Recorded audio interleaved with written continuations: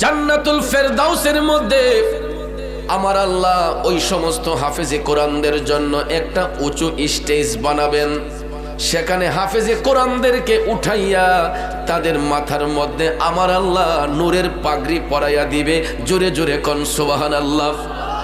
নবীর কথা সত্য না মিথ্যা?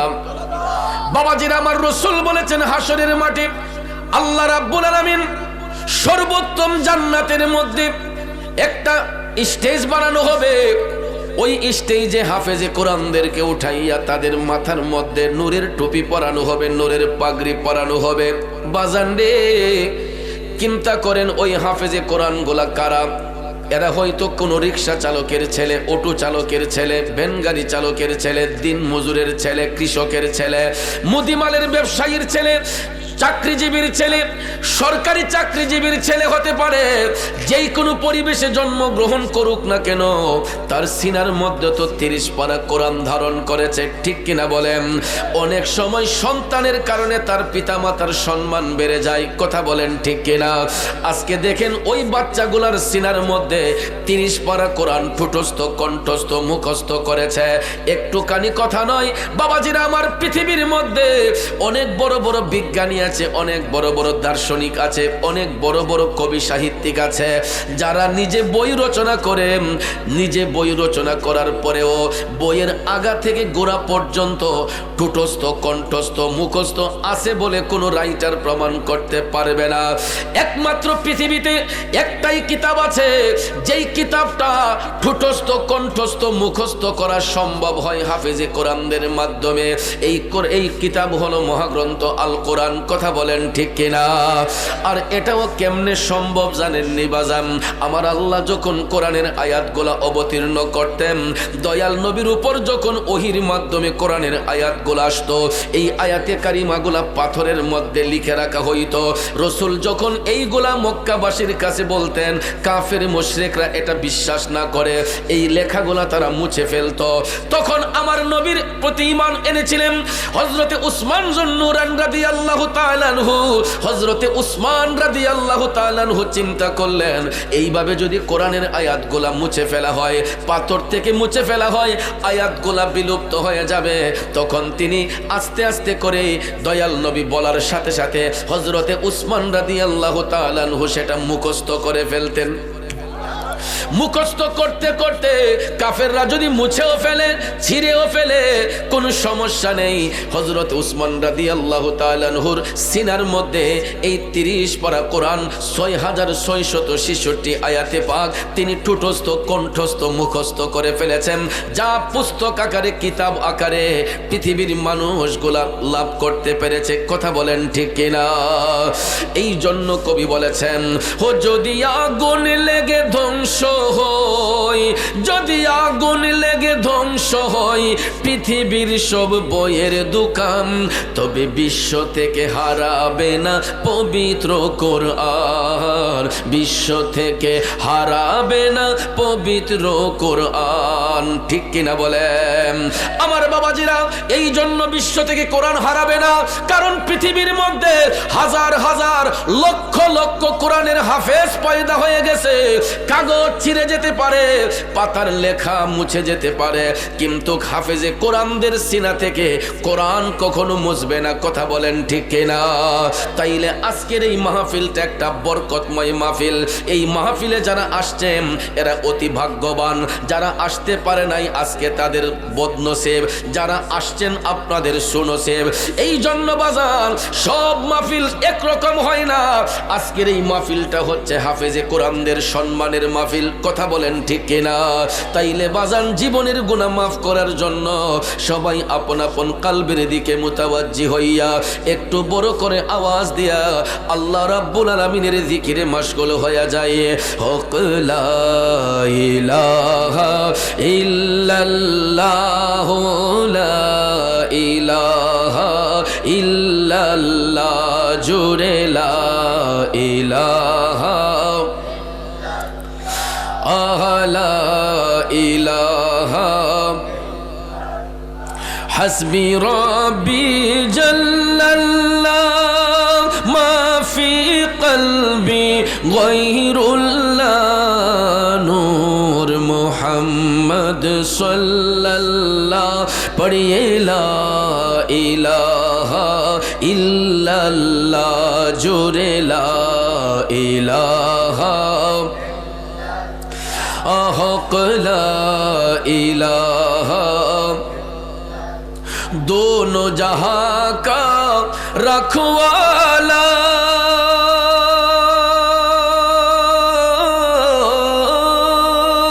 तू ही बड़ तेरे तो वाला तूने तुए इरशाद किया प्यारा नबी रसूल अल्लाह पढ़िए ला इलाहा ला हक ला इलाहा लल्ला जुरे ला इलाहा ला इलाहा ला इलाहा इल्लल्लाहु मुहम्मदुर रसूलुल्लाह सल्लल्लाहु अलैहि वसल्लम একটা জবানও বন্ধ রাখবেন না জবান ছেড়ে বলুন আল্লাহু আকবার আর একটু মায়ার সুরে বলি ইয়া রাসূলুল্লাহ বিসমিল্লাহির রহমানির রহিম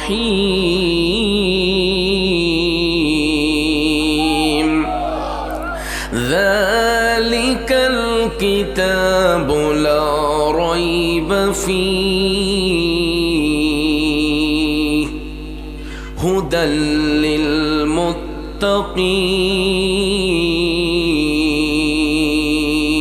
للمتقين صدق الله العظيم وصدق رسوله النبي الحبيب الكريم ونحن على ذلك من الشاهدين والشاكرين والحمد لله رب العالمين ربي صلي وسلم وبارك عليهم आजिले उनके पना आजी मदद मांग उनसे आजिले उनके पना आज मदद मांग उनसे फिर न मांगे कि क्या मत में या घर मानो गया उपस्थित ঐতিহ্যবাহী ব্রাহ্মণবাড়িয়া জেলার অন্তর্গত বাঞ্ছারামপুর উপজেলাধীন উজানচর নূরে মদিনা সুন্নিয়া হাফিজিয়া মাদ্রাসা এতিমখানার উদ্যোগে মাদ্রাসা মাঠ প্রাঙ্গণে হাফেজ ছাত্রদের পাগড়ি প্রদান উপলক্ষে প্রতি বছরে আয়োজিত আজকের এই পঞ্চম বার্ষিক ইসলামী সুন্নি মহাসম্মেলন 2025 ইংরেজি সনের মুআজ্জাজ মুহতারাম প্রধান অতিথি আমাদের সবার সুপরিচিত সুন্নিয়তের নিবেদিত প্রাণ মেসার্স মা ইলেকট্রনিক্সের স্বত্বাধিকারী বিশিষ্ট সমাজসেবক বিশিষ্ট দানবীর শ্রদ্ধেয় বড় ভাই আলহাজ মোহাম্মদ লিল মিয়া সাহেব আজকের মাহফিলের সম্মানিত সভাপতি প্রাক্তন নির্বাহী প্রকৌশলী ইঞ্জিনিয়ার আলহাজ মোহাম্মদ ইকবাল সাহেব ও জনাব মোহাম্মদ মকবুল হাসান মুক্তার সাহেব মাহফিলের সহসভাপতি মণ্ডলী প্রধান আকর্ষণ আমন্ত্রিত উলামায়ে কেরাম বিশেষ অতিথিবৃন্দ বিশেষ করে পোস্টারে উল্লেখিত যাদের নাম প্রত্যেকের নাম নেওয়াটা বিশেষ প্রয়োজন একাধিক নাম থাকার কারণে সবার নাম উল্লেখ করতে না পারলেও শ্রেণীভেদে সকলের প্রতি আন্তরিক স্নেহ শ্রদ্ধা ভালোবাসা রইল সার্বিক তত্ত্বাবধানে আরজ গুজারে যিনি রয়েছেন মোহাম্মদ নজরুল ইসলাম সাহেব সহ উপস্থিত মুরব্বিয়ানে কেরাম যুবক ভাইয়েরা ছাত্র ভাইয়েরা পর্দানশীন মা বোনেরা সবার প্রতি আবারও আন্তরিক সালাম আসসালামু আলাইকুম ওয়া রাহমাতুল্লাহি ওয়া বারাকাতুহু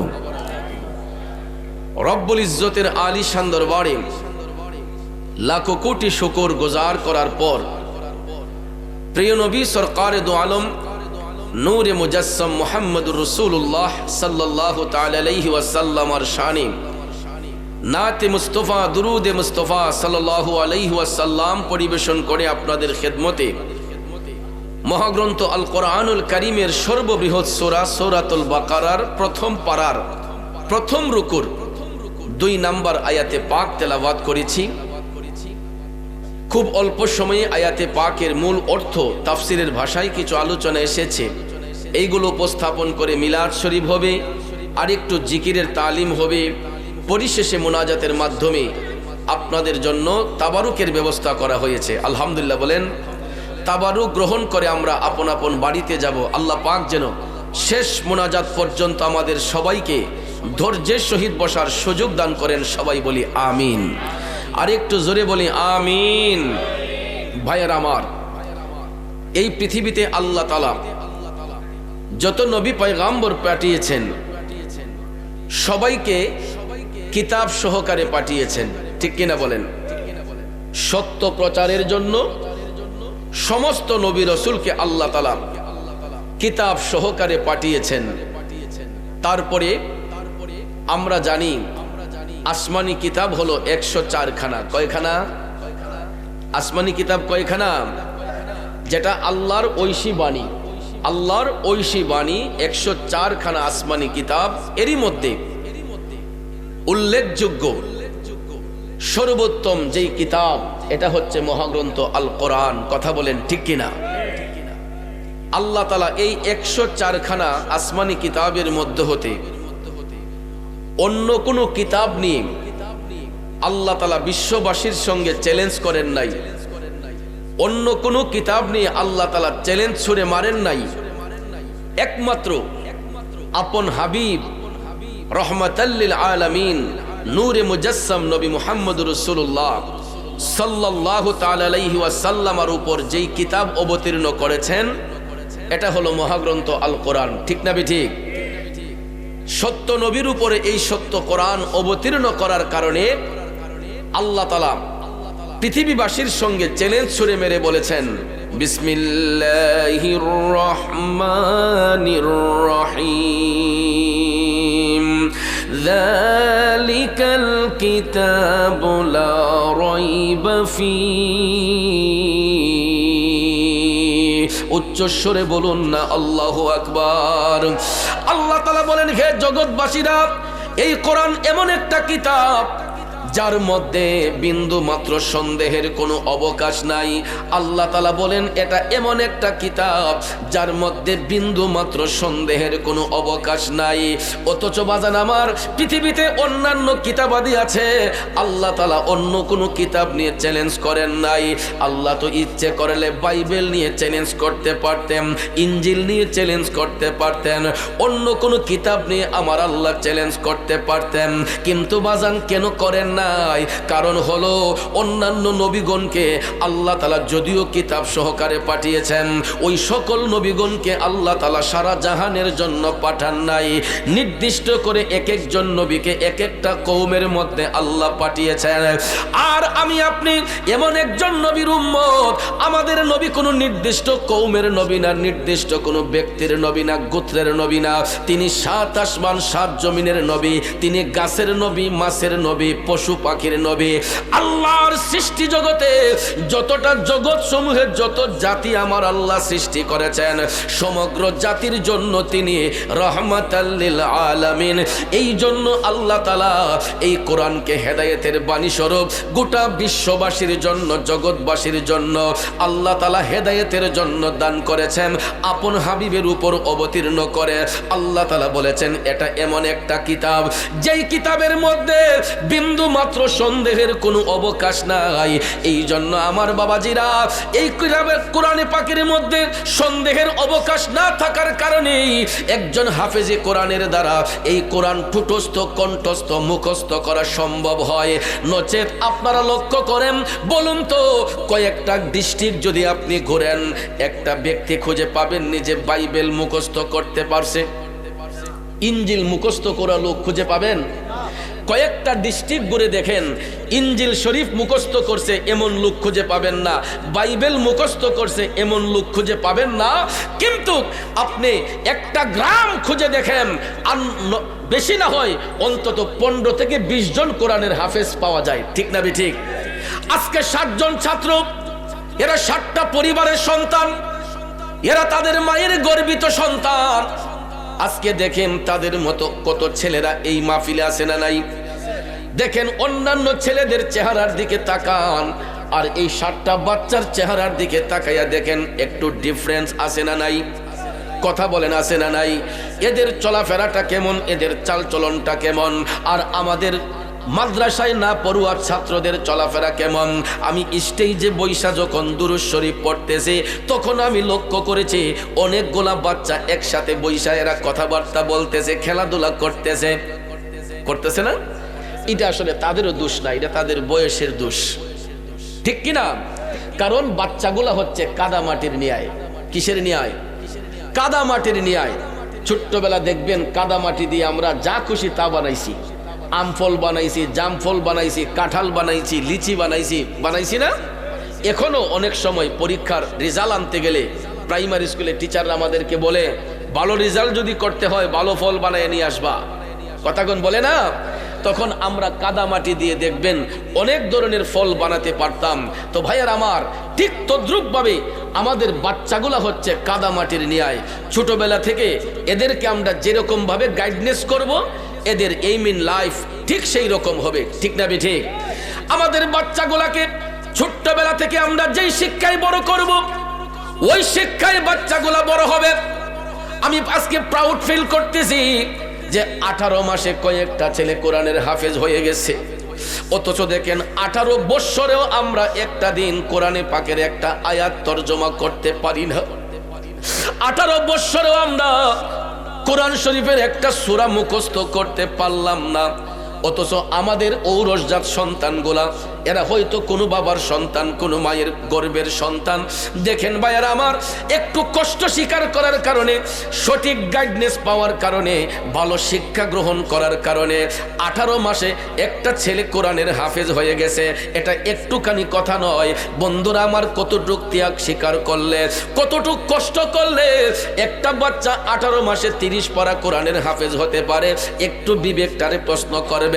এর পিছনে তার উস্তাদের কতটুক শ্রম আছে, এর পিছনে উস্তাদদের কতটুক শ্রম আছে, বাচ্চাটার কতটুক প্রচেষ্টা আছে।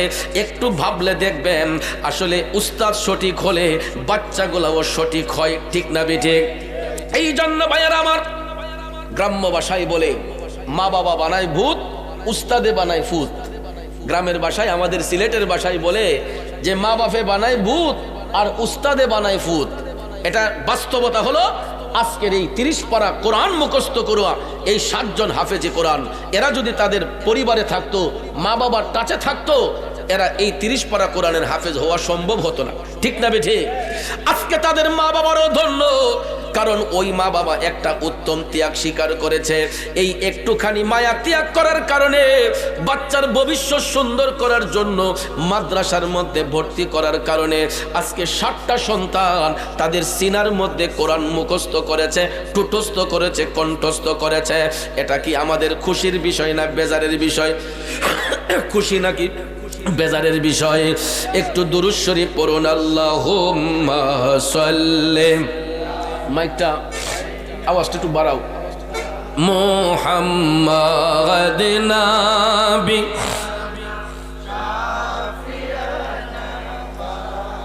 লানা, মুহাম্মাদ নবী মাওলানা। বাবাজির আমার, বন্ধুরা আমার, আল্লাহ রাব্বুল আলামিন বলেছেন হুদাল্লিল মুত্তাকিন। এই কোরআন দাজ্জালের জন্য নয়, কাজ্জাবের জন্য পথ প্রদর্শক নয়, বেঈমান মুনাফিকের জন্য পথ প্রদর্শক নয়। আমার আল্লাহ বলতেছেন হুদাল্লিল মুত্তাকিন, এটা মুত্তাকিদের জন্য পথ প্রদর্শক, মুত্তাকিদের জন্য এটা দিক নির্দেশক।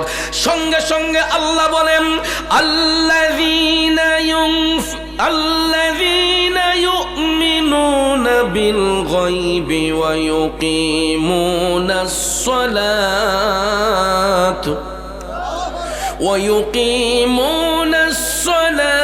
ومما رزقناهم ينفقون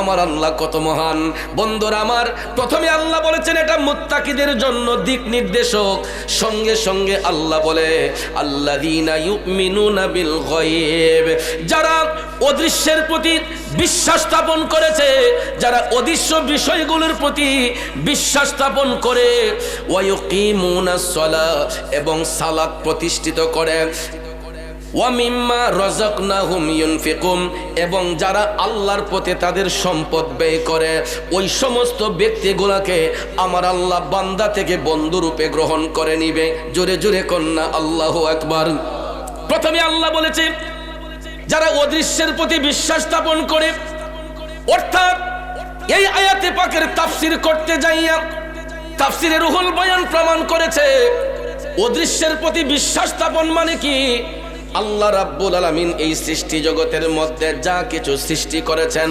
প্রত্যেকটা সৃষ্টিকে বিশ্বাস করে নেওয়া হচ্ছে ঈমানদারদের কাজ শুধু তাই নয় আল্লাহ যে সব কিছু করতে পারেন এই বিশ্বাসের নাম হলো ঈমান কথা বলেন ঠিক কিনা আমার আল্লাহ দিনকে রাত বানায় রাতকে দিন বানায় পাহাড়কে সমুদ্র বানায় সমুদ্রকে পাহাড় বানায় এই বিশ্বাস যার সিনার মধ্যে থাকবে ওই ব্যক্তিটাই ঈমানদার হবে মুমিন হবে শুধু তাই নয় মুমিন যারা হয় এরা সালাত প্রতিষ্ঠিত করেন এরা আল্লাহর দ্বীন কায়েমের জন্য নিজের জীবনটাকে উৎসর্গ করে দিবে তাফসীরে রুহুল বয়ান প্রমাণ করেছে মওলাকে খুশি করার জন্য যাদের নাক কপালটা জমিনে লাগবে এরা না দেখা আমার আল্লাহকে বিশ্বাস করে আমার আল্লাহর কুদরতি কদমের মধ্যে সিজদা করবে ঠিক না ঠিক আমরা যে নামাজে দাঁড়াই সিজদা করি কার কদমে আল্লাহ পাকের কুদরতি কদমে তো আল্লাহর কুদরতি কদম মোবারক আমরা কি দেখি আমরা কি কখনো দেখছি না দেখে বিশ্বাস করি তিনি আমাদের মালিক তিনি আমাদের স্রষ্টা তিনি আমাদের গড কথা বলেন ঠিক না বেঠিক এই জন্য ভাইয়ারা আমার আমরা পশ্চিম দিক কিবলা নির্ধারণ করে দাঁড়াই নামাজ পড়ার জন্য সালাত আদায়ের জন্য কিন্তু আমরা যখন সিজদারত অবস্থায় যাই আমাদের অন্তরে আমাদের ধ্যানে আমাদের খেয়ালে আমরা বিশ্বাস করি আমরা সিজদা করতেছি আল্লাহ পাকের কুদরতি কদমে কথা বলেন ঠিক কিনা এই বিশ্বাস যার মধ্যে থাকবে ওই ব্যক্তি মুমিন বলে গণ্য হবে কারণ ভাইয়েরা আমার আপনারা বলুন সিজদার মালিক কে জোরে বলেন সিজদার মালিককে আব্বাজিরা রে ইবাদতের মাধ্যমে আমরা সিজদা করি আল্লাহকে কিন্তু অনেক সময় দেখবেন অনেকেই বলে আল্লাহ তাআলা ফেরেশতাদেরকে নির্দেশ দিয়েছিলেন আদমকে সিজদা করার জন্য ঠিক না বেঠিক এই সিজদাটা ইবাদতের সিজদা নয় এটা আল্লাহর হুকুম মান্য করার সিজদা এটা ঈমানি বিষয় বন্ধুরা আমার ওই সিজদা ইবাদতের সিজদা নয় আল্লাহ যে আদমকে সিজদা করার নির্দেশ দিয়েছিলেন ফেরেশতাদেরকে এই সিজদা কিন্তু ইবাদতের সিজদা নয় এটা ছিল আল্লাহর একটা আদেশ কথা কোন ঠিক কিনা ইবাদতের নিয়তে সিজদা করব শুধু একমাত্র রাব্বুল আলামিনকে কথা বলেন ঠিক না বেঠিক আর আদমকে সিজদা করার কথা ফেরেশতাদেরকে আল্লাহ আদেশ দিয়েছিলেন তাদের ঈমানটাকে যাচাই করার জন্য কিন্তু সব ফেরেশতারা সিজদা করলেও একজন করে নাই যিনি ছিল মুআল্লিমুল মালাইকা যে শয়তানের তোক গলায় নিয়ে স্বর্গ থেকে বের হয়ে কাফেরের শামিল হয়ে কাফেরদের অন্তর্ভুক্ত হয়ে কিয়ামত পর্যন্ত অভিশপ্ত হয়েছে যাকে আমরা শয়তান নামে চিনি কথা কোন ঠিক না বেঠিক আদম সিজদা না করিয়া মকরম গেল শয়তান হইয়া আদম সিজদা না করিয়া মকরম গেল শয়তান হইয়া লানতের তো গলায় লইয়া স্বর্গ হইতে বাহির হয় কোরআন হাদিস কইলা দেখো ভাই আদম তো সামান্য নয় ওরে আদম দিয়া কুদরতুল্লাহ এই ভবেতে প্রকাশ হয় কোরআন হাদিস কইলা দেখো ভাই আদম তো সামান্য নয় কষ্ট হচ্ছে বাবাজির আমার এ বন্ধু ফেরেশতাদের আমাদেরকে আল্লাহ নির্দেশ দিয়েছিলেন আদমকে সিজদা করার জন্য। এটা ইবাদতের সিজদা নয়, এটা ছিল আল্লাহর আদেশ। কিন্তু ইবাদতের নিয়তে সিজদা করব শুধু আল্লাহ রাব্বুল আলামিনের কুদরতি কদমে। আর আমরা আল্লাহ তাআলাকে দেখি না, জানি না, আমরা আল্লাহকে কখনো দেখি না, জানি না, তারপর আমরা বিশ্বাস করি তিনি আমাদের মালিক। এটাই হলো অদৃশ্যের প্রতি বিশ্বাস স্থাপন করা, অদৃশ্যের প্রতি বিশ্বাস স্থাপন করা। অর্থাৎ আল্লাহ এক, আমরা অন্তর দিয়ে স্বীকার করি, আমরা সালাত কায়েম করি আল্লাহকে খুশি করার জন্য। এবং আল্লাহ বলেছেন ওয়া মিম্মা রাযাকনাহুম ইউনফিকুন, আমি তোমাদেরকে যা দিয়েছি তা থেকে তোমরা আমি আল্লাহর পথে খরচ করবা, ব্যয় করবা। এখানে ব্যয় করা মানে কি বোঝানো হয়েছে? শুধু সম্পদ নয়। কারণ ভাইয়েরা, আমাদের সন্তান সন্ততি, স্ত্রী, পরিবার, এদেরকে আল্লাহর রাস্তায় পরিচালিত করা, এটাই হলো আল্লাহর রাস্তায় ব্যয় করা। মানে একটা সন্তানকে দ্বীনি শিক্ষা নেওয়ার জন্য মাদ্রাসায় পাঠানো, সুশিক্ষার করার জন্য বিদ্যালয়ে পাঠানো, এটাই হলো আল্লাহর পথে ব্যয়। শুধু টাকা পয়সা ব্যয়ের নামই সম্পদ ব্যয় নয়। কারণ পৃথিবীর মধ্যে সর্বোত্তম সম্পদ হলো আল্লাহর দেওয়া আমানত, হলো আমাদের সন্তান সন্ততি। ঠিক না ঠিক? আমাদের বিবি বাচ্চারা হলো আল্লাহর দেওয়া পৃথিবীর মধ্যে সর্বশ্রেষ্ঠ নিয়ামত এবং সম্পদ। এখন হাসরের মাঠে আল্লাহ তাআলা প্রত্যেকটা অভিভাবককে জিজ্ঞেস করবে, তোমাকে আমি আওলাদ দিয়েছি, সন্তান দিয়েছি, তুমি তোমার সন্তানটাকে কোন রাস্তায় পরিচালিত করছো?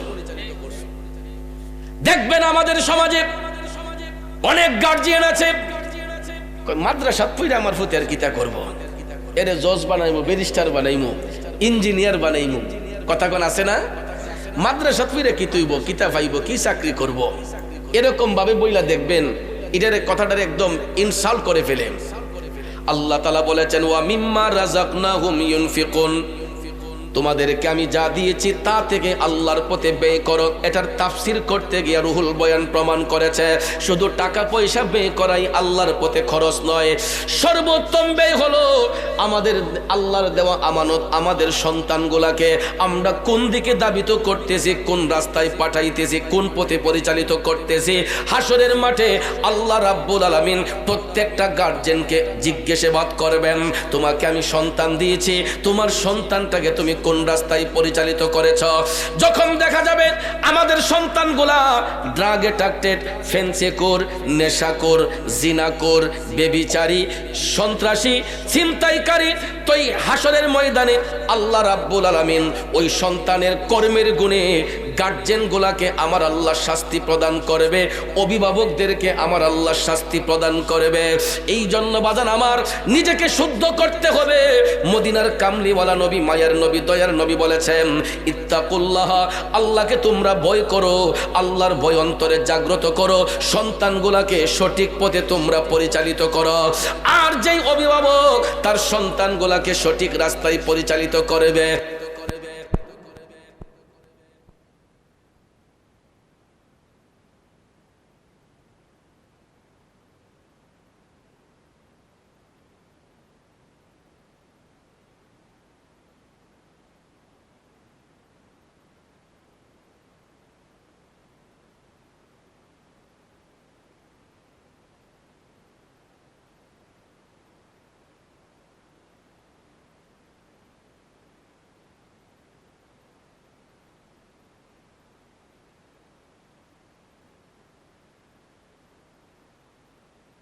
যেন সবার মনে আল্লাহ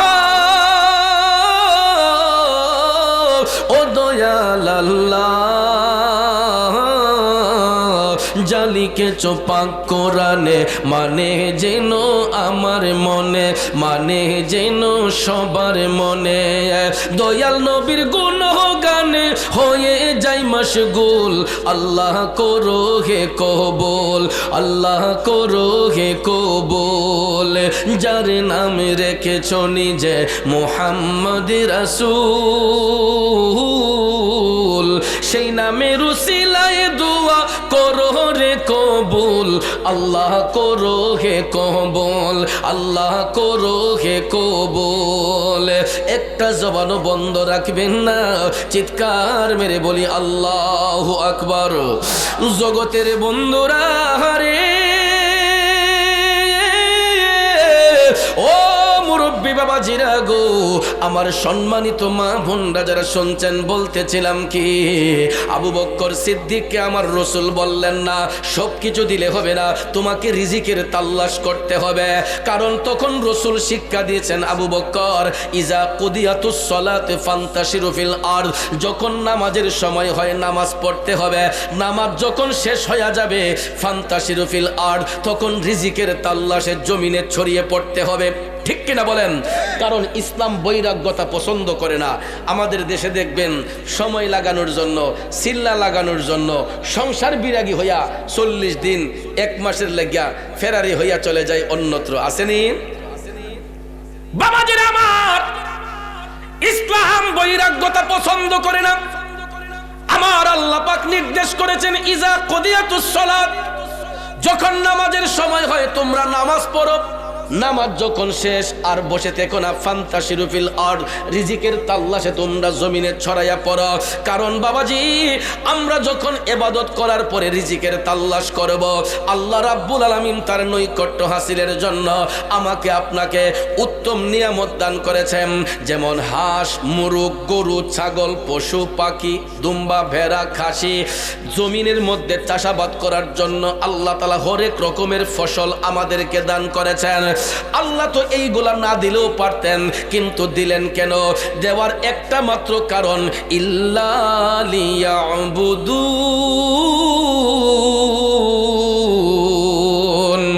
একমাত্র আল্লাহর ইবাদতের জন্য, আল্লাহর দাসত্বের জন্য। আমি যদি এখন আপনাদেরকে পরীক্ষা নেই, যদি বলি বলেন তো কয়টা মানুষ আজকে এশারের নামাজ পড়েছেন? লজ্জায় পড়ে যাবে, 3 ভাগের 2 ভাগ মানুষ বাদ পড়ে যাবে। ঠিক না ঠিক? আমি যদি এখন জিজ্ঞেস করি বলেন তো মাগরিবের নামাজ আজকে কয়জনে পড়ছেন, দেখবেন মুষ্টিময় কয়েকজন হাত তুলবে, বাকি মানুষগুলা মাথাটা নিচু করে বসে থাকবে। আমি যদি জিজ্ঞেস করি বলেন আসরের নামাজ কয়জন পড়ছেন, মাগরিবে জোহরের নামাজ কয়জন পড়ছেন, ফজরের নামাজ আজকে কয়জনে পড়ছেন, দেখবেন মাথাটারে নিচু করে সুন্দর করে লজ্জায় বসে থাকবে, মুষ্টিময় কয়েকজন লোক হাত তুলবে। নাকি মিছা কইছি?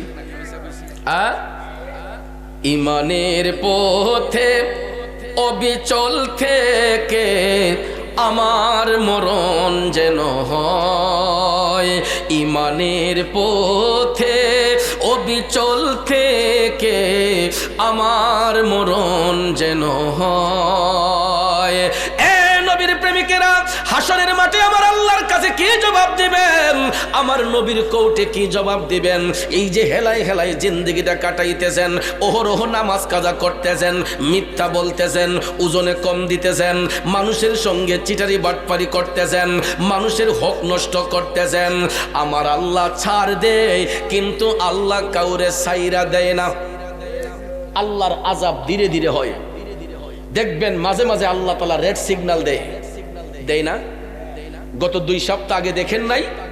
নরসিংদীর গোড়াশাল থেকে এটা উৎপত্তি হয়েছিল। এই যে ভূমিকম্প, বাবা ও ভূমিকম্প যখন আসে তখন দেখবেন কারো নাইয়ের গোড়ায় আর উঠতে হয় না, মুসরামাইরা দেয়। কথা কোন ঠিক না ঠিক? জীবনটারে বাঁচাইবার লেগে দেখবেন কত ফেরেশানি যে মানুষে করে, কয় হাড়ের তলে বয়ে থাকাম, কেউ কয় ডাইনিং টেবিলের তলে বয়ে থাকবো, এরকম বলে কিনা? এরপরে দেখবেন আমাদেরকে আর অনেক পরামর্শ দেওয়া হয় যে এখানে যাইয়েন, সেখানে যাইয়েন, ভূমিকম্প আসলে এই কইরেন সেই কইরেন। আবহাওয়াবিদগণ আমাদেরকে এরকম সতর্কবাণী দিয়ে বিভিন্ন পরামর্শ দিয়ে থাকেন। কথা কোন ঠিক না ঠিক? আপনারা বলেন, বিজ্ঞানীরা যতই পরামর্শ দেখ না কেন, বাঁচাইবার মালিক কে? মারার মালিক কে? মৌত দেওয়ার মালিক আল্লাহ, হায়াত দেওয়ার মালিক আল্লাহ। কথা কোন ঠিক কিনা? এই জন্য কবি বলেছেন, তুমি রাখো কি বা মারো এই দয়া করো, থাকিতে যেন তোমায় না ভুলি। তুমি রাখো কি বা মারো এই দয়া করো, থাকিতে যেন তোমায় না ভুলি। এ বন্ধু, হায়াতের মালিক আল্লাহ, মৌতের রহমতের মালিক আল্লাহ, কিন্তু আমরা সেই মহান মালিককে যখন ভুলে যাই, পাপ করতে করতে যখন আমরা সীমা লঙ্ঘন করে ফেলি, তখনই দেখবেন আল্লাহর পক্ষ থেকে মাঝে মধ্যে কিছু আযাব গজব আসে, যেটাকে ভূমিকম্প বলা হয়, সিডর বলা হয়, টর্নেডো বলা হয়। অনেক সময় আমরা বিভিন্নভাবে দেখবেন ঝড় তুফানের আক্রান্ত হই, বিভিন্নভাবে দেখবেন আমরা বিভিন্ন সমস্যায় পড়ে যাই। এইগুলা আল্লাহর পক্ষ থেকে রেড সিগন্যাল। বান্দা যখন পাপ করতে করতে সীমা লঙ্ঘন করে ফেলে, তখন আল্লাহ তাআলা এই আযাবগুলা পাঠায় বান্দাকে সতর্ক করার জন্য। কেন? আল্লাহ বলেছে লা তাকনাতু মির রাহমাতিল্লাহ, বান্দা তুমি পাহাড় পরিমাণ গুনাহ করলেও আমার রহমত থেকে নিরাশ হইও না। আমাদের পাপের কোনো সীমা সংখ্যা আছে? আরে বেহিসাবে দিন গেল আমার পাকো পড়ুয়ার, বেহিসাবে দিন গেল আমার, বেহিসাবে দিন গেল আমার পাকো পড়ুয়ার, বেহিসাবে দিন গেল আমার। চুল হইতে চিকন করছ, হীরা হইতে ধার, আরে ফুলসিরাটা কেমনে হব পার মৌলা আমি গুনাহগার, বেহিসাবে দিন গেল আমার। বন্ধুরে বন্ধু, আমার কামলিওয়ালা নবী, মায়ার নবী, দয়ার নবী বলেছেন, যখন তোমাদেরকে নামাজের জন্য ডাকা হয় তোমরা নামাজ পড়বা, নামাজ যখন শেষ হইয়া যাবে তোমরা রিজিকের তালাশ করবা। আর যখন এই আদেশগুলো আমরা অমান্য করি গো, তখনই আল্লাহর আযাব গজব আসতে শুরু করে। আমার মনে হয় কথাগুলো আজকে অনেকের পছন্দ হইতেছে না। সত্যি কথা বলতেছি তো, ভালো কথা অনেকের ভালো লাগে না। আমার বাজানরা কিও আপনারা জান কইও, একের প্রয়োজন না দুইয়ের প্রয়োজন জানে, ওই আল্লাহ জানে। তো যাক, এরকম ভাবে যদি সবার যদি ইস্তেঞ্জার প্রয়োজন একসাথে হয়ে যায়, তাইলে ওয়াজ শুনবো কেডা? আর আজকে মাহফিলটা একটু অসুস্থ অসুস্থ ভাব লাগতেছে। তাবারক থাকার পরেও যদি এই হাল হয়, তাইলে হাসরের মাঠে নবীর কোটি কি জবাব দিবেন?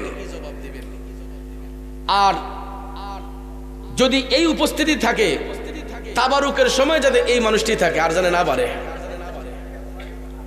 কি করেন আপনারা?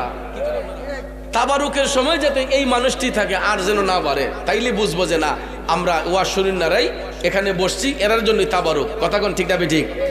কারণ এখন একটা আমি দেখছি শুধু আপনাদের এলাকায় নাই, সব এলাকায়, যে তাবারুক যখন থাকে, ওই গিয়া এমদা ছক্কা খেলে, এমদা গিয়া ফুটবল খেলে, এমদা ব্যাডমিন্টন খেলে। যখন হুজুর ইয়া নবীকে খার ওই জায়গা, তখন দেখবেন আয়া হেরা সারা সিফা সাফায় ঢুকিয়া একবারে সামনের কাতারের মুসল্লি। এই একটা ফাডি আছে তো, আছে না? সবাই কিন্তু ওয়াজ শুনতে আসে না। ওয়াজের শ্রোতা কয়েক কোয়ালিটির আছে। কেউ আছে ওয়াজ শোনার জন্য, কেউ আসে বক্তার সুর ভালো হইলে কতক্ষণ বয় নাইলে জাগা, আবার কেউ কেউ আছে তাবারুক আছে দিকে লই, ই ফাডিও কিন্তু আছে। কথা কোন ঠিক না ঠিক? তো আপনারা কি আজকে ওয়াজ শুনতে আসছেন নাকি শুধু তাবারুকের জন্য আসছেন? তো এখানে যারা আসছেন এরা কিন্তু ওয়াজ শোনার জন্য আসছে, আর তাবারুক ফাডিডি বই ঘুরতেছে। কিন্তু গুললেও ফায়দা আছে, কারণ ইডি যদি এখন আই মাহফিলও আমাদের ডিস্টার্ব হবে, কারণ ওয়াজের মধ্যে ডিস্টার্ব হবে। এই জন্য এরা গুললেও বলা, কারণ তাবারুক খাইলে যদি আল্লাহ হেদায়েত করে। কারণ গাউসে পাক বলছেন, মিলাদ মাহফিল শেষে যে তাবারুক বন্টন হয়, এটা 41টা রোগের ওষুধ হয়ে যায়। তাইলে মাহফিলের তাবারুকটা একটা নিয়ামতের জিনিস। কথা বলেন ঠিক কিনা? একটু দুরূদ শরীফ পড়েন, আল্লাহুম্মা সাল্লি আলা সাইয়্যিদিনা আদনা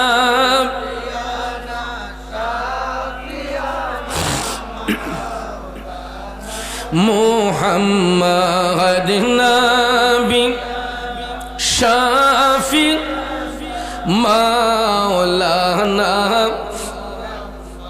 আমার বাবাজিরা, বন্ধুরা, গভীর মনোযোগ। যেই কথা বলতে চেয়েছিলাম, ইসলাম বৈরাগ্যতা পছন্দ করে না। এই জন্য দয়াল নবী বলেছেন, যখন তোমাদেরকে নামাজের জন্য ডাকা হয় তোমরা নামাজ পড়ো। নামাজ যখন শেষ হয়ে যায় তোমরা আর বসে থেকো না, তোমরা রিজিকের তালাশ করো। বন্ধু, হযরতে আবু বকর সিদ্দিক, তারপর থেকে তিনি ব্যবসা বাণিজ্য শুরু করলেন আবার, কিন্তু নবীর গোলামি ছাড়েন নাই। নবীজির গোলামিও করতেন, ব্যবসা বাণিজ্য করতেন। নবীজির যাক বাবারে যাক, আপনারা তো বইবেন, যার প্রয়োজন সে যাক। আর আপনারা যদি বসার ইচ্ছে থাকে একটু সামনে আগাইয়া বসেন, মেহেরবানি করে একটু সামনে আগাইয়া বসেন। সবাই একটু জিকির করেন ইসমে জাত আল্লাহ আল্লাহ আল্লাহ আল্লাহ আল্লাহ আল্লাহ আল্লাহ আল্লাহ আল্লাহ আল্লাহ জপম